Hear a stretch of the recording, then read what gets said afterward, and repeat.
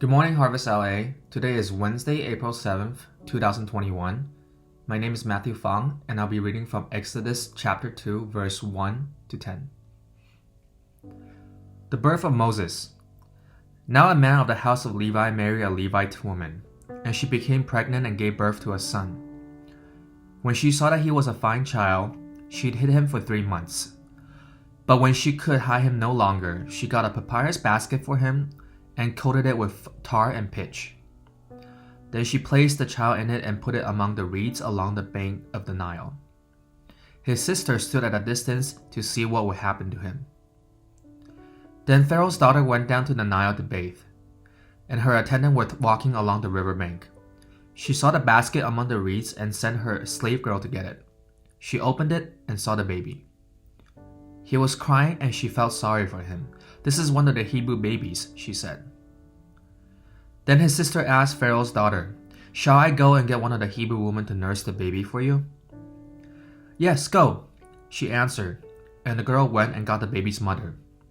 Pharaoh's daughter said to her, "Take this baby and nurse him for me, and I will pay you." So the woman took the baby and nursed him. When the child grew older, she took him to the Pharaoh's daughter, and he became her son. She named him Moses, saying, "I drew him out of the water."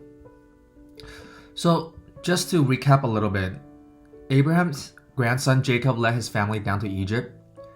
Jacob's son Joseph was elevated to second in command in Egypt, and had saved his family from the famine that was happening during that time. The Pharaoh then offered Joseph's family to live in Egypt as a safe haven. This is how the Israelites came to inhabit the land of Egypt. Flash forward 400 years. The now Pharaoh is evil and feels threatened by this immigrant group of Israelites and their rapidly growing population. Think about that for a little bit. Are we like that today? The Pharaoh brutally enslaved them into forced labor and ordered that all Israelite boys be drowned in the Nile River at birth. The Pharaoh's kingdom epitomizes humanity's rebellion against God, so evil that innocent children are now being murdered. The birth of Moses marks the beginning of God's plan to free his people from centuries of Egyptian slavery. With a royal death sentence from the Pharaoh to kill all Hebrew baby boys, Moses' mother kept him hidden for 3 months until she could no longer do that. The mother then built a papyrus basket, put baby Moses in it, and sent the basket down the Nile River.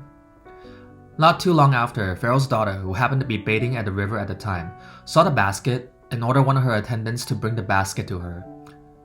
Upon discovering the crying baby in the basket, she took pity on the boy and decided to keep the baby even though he was a Hebrew baby boy. The baby's sister was watching nearby and asked the Pharaoh's daughter if she could get a Hebrew woman to nurse the baby for her. The Pharaoh's daughter agreed and got Moses' mother to nurse the baby until he could be weaned and raised in the house of Pharaoh's daughter. When the baby was brought back to the Pharaoh's daughter, he was then named Moses, which in Hebrew means drawn out of the water. We see how God rewards Moses' parents' faithfulness in this passage, for they feared the God who created their son more than the Pharaoh who wished to kill him. It couldn't have been easy to hide baby Moses during that first 3 months, yet they risked their lives and did it. Then in God's providence, he gave the parents more than they ever thought possible. Not only was their son spared and now protected by none other than the Pharaoh's daughter, they were allowed to keep him for a time, train him in the ways of Israelites' God, and then in addition to all the blessings, they were even paid for it. Ironically, as the Pharaoh ordered that Hebrew baby boys be sent to the river, Moses was also sent to the river but found salvation rather than death. I believe that this event also foreshadows what God will do for the Israelites in the near future. Just as Moses was drawn out of the water, God will later bring his people out of the Red Sea and save them from the pursuing Egyptians. In times of difficulty, or even near impossible circumstances, will we have the conviction and confidence to trust in God? I find that God more often exceeds my expectations and brings about answers that turn out to be more fulfilling and satisfying than what I originally seek. This was the case in many instances of my marriage, my relationships, and my career.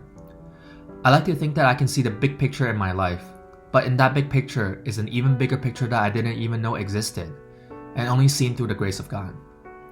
Was there a time when God exceeded your expectations?